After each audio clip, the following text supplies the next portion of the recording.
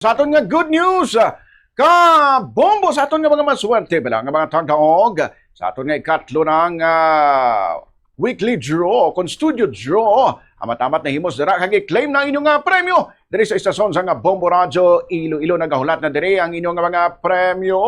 Congratulations sa mabaton sang masunod nga mga prize. Sa aton nga consolation prize, ang tatlong mabaton sang tag 1,000 pesos kada isa mo sanday Lesil Frial, 54 anyos, sang San Isidro La Paz, Iloilo City, nga nagamit sang proof of purchase nga San Miguel Pale Pilsen. Elizabeth Sindol, 68 anyos, sang Barangay Panidyo, Lucena, Iloilo, nga nagamit naman sang proof of purchase nga R. Florete coupon.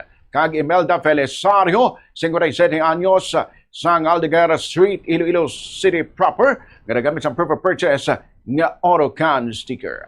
Ang third prize winner amo si Regil Lapiad, 27 anyos, sang Tabugunding, Iloilo, nga nagamit sa proof of purchase nga AutoCAN sticker. Magadaw gini sang o kon magabaton nini sang 3,000 pesos.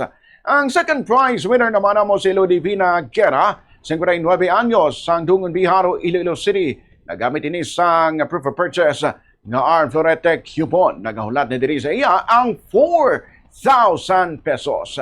Kagang first prize winner amo si Ernie Amorsono, 55 anyos, sang Barangay Binaloda, Limudjan, Iloilo, nga nagamit sang proof of purchase nga Syngenta. 5,000 pesos ang nagahulat sa imo, Ernie Amorsono. Sa aton nga mga winners nga ginpanglawang, palihog lang magkanto diri sa istasyon sang Bombo Radio Iloilo sa 7th floor sang Sky City Tower, Mapa Street, Iloilo City proper, alas 9 subong nga aga.